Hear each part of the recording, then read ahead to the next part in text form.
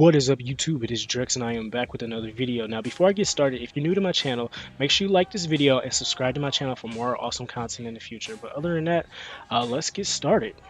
So shout out to DocDark1985. He put out this video today saying Game Pass hurting game sales. If you haven't checked it out, check it out. I'm going to link this video and Doc's channel in the description below once this is uploaded. But other than that, let's get started. So I understand why Doc put out the video today. It was a lot of it came from Twitter, the cesspool. So a lot of people were talking about bitching and complaining about Hades being day one on Game Pass. They were complaining about just buying a physical copy of the game instead or paying the developer for it. And like, listen, you guys know me and you've been rocking with my channel for a minute. You guys know I like to collect games. I like to have the physical copy of the games. That's my preference. But I'm also a subscriber. I'm subscribed to both Game Pass and PlayStation Now. Even though I was reluctant to be on both of those services, I'm on those services. I'm challenging myself to get out of my comfort zone with this shit. So, other than that, that was one of the reasons for him putting out that video. But I already know what. I also will know what the second reason of it was. It was the Outriders shit that came out. So today, IGN put out this damn tweet saying that Outriders developer says it doesn't know how many copies of the game has sold and hasn't earned any royalties from the game, suggesting it hasn't been profitable for the publisher Square Enix. So you go down, and I'm already seeing the people are blaming Game Pass because the damn game was available day one on Game Pass. So here I am. I'm here to debunk some shit. And this is somebody I call myself a boomer gamer because I still like physical games. Okay, but I'm putting it on the fucking table here. Microsoft is not responsible for this shit. Okay, Microsoft pays these developers to have their games on Game Pass. Obviously, the amount of money is not disclosed at all, or how much money is given. But we all know that it's a lot of money, provided. There's pennies on a dollar for every damn download, or whatever goal is met. So it's a bonus for these developers, depending on how many games. So, like, whatever game is very popular on Game Pass at the time, let's say, so we got all three of the Dead Space games on there. If people are still playing those games and downloading them, EA, it's a bonus for EA. I'm pretty sure over the weekend, they made a lot. EA made a shit ton of money because people was downloading Madden. Madden 22 on fucking Game Pass day one. They made a lot of money because I noticed a lot of people who are primarily on Game Pass and doesn't matter what platform they're playing Madden because people like sports games. I personally don't like the damn games, but that's not the point. The second thing, about it is that it's exposure. So I'm just gonna be real and honest and say this before I get off into that topic.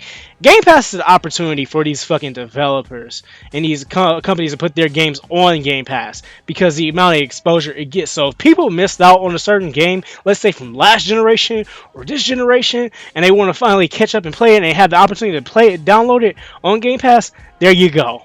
The exposure. So that's also another win for the developer as well. Another one is that there's microtransactions and DLC. People are more willing to purchase DLC since they're not spending money or buying these games. Look at the damn Battlefield games that are available. The most recent Battlefield, I think, Battlefield 5, I believe. You can download it for free, but you have to pay for the DLC on there as well to play the games. I mean, that's cool because you're getting a free damn game. I mean, and last but not least, it's marketing, okay? That's what I said. Listen, I don't bash Game Pass. Even before I even got my Xbox Series X, I never said nothing bad about Game Pass because I understood what the service was. I understand what it's about. It's an opportunity. I'm being honest with saying this now. You think if PlayStation had an opportunity with a service, if they had a service like Game Pass, you telling me they wouldn't do that? I mean, listen, I'm on both PlayStation Now and Xbox Game Pass, but I'm going to be honest when I'm telling you now what service I'm on now. I'm on Game Pass more than I am on PlayStation Now. Now, granted, if I want to go back and play older games that I probably missed out on, which I already own physical copies of, I'll be on PlayStation Now. And I still do use PlayStation Now. It's not a knock towards it, but I own a lot of physical PlayStation games. If you see my room tour video, check that out. But, it's marketing. Microsoft most likely pays for a chunk of the marketing, which displays all the games with Game Pass. So it's a tiresome fucking argument that games are available day one on Game Pass. If you don't like Game Pass, then just don't use it. Okay? Nobody's holding you at gunpoint to get on the damn service. Don't get on it if you don't like it. Listen, Outriders.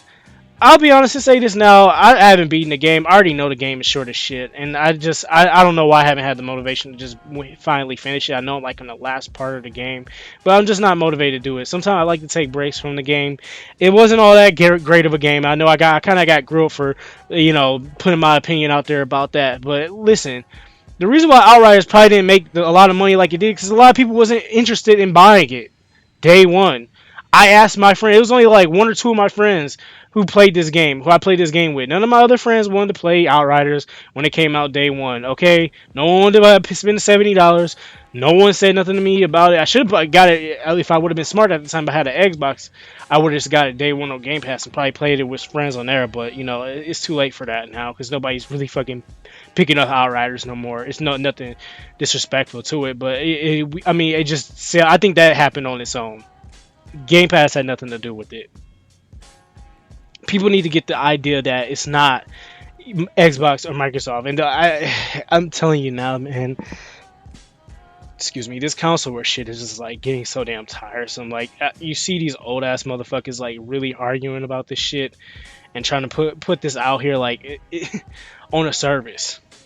People don't realize that Game Pass is really just really gonna save them a lot of money. If you, I don't understand why people hate this service so much. Like, listen, I had my own bouts where I said, listen, I didn't trust it at first, and I had my reasons for not trusting the service because I thought, it is the concept of it is like renting games. I know people who are primary Xbox are going to grill me for that too, but the service it is a rental service, okay? But I like this service. But other than that, I mean, I don't have nothing else to say. For the most part, I just wanted to say, like, Doc, I agree with mostly everything you said in this video. I don't have any disagreements at all. I'm with you on this 100%. Um, yeah, other than that, like I said, I'm going to link this video in the description. I'm going to link Doc's channel in the description as well. But other than that, this is Drex, and I'm out. Make sure you like and subscribe to my channel for more awesome content in the future.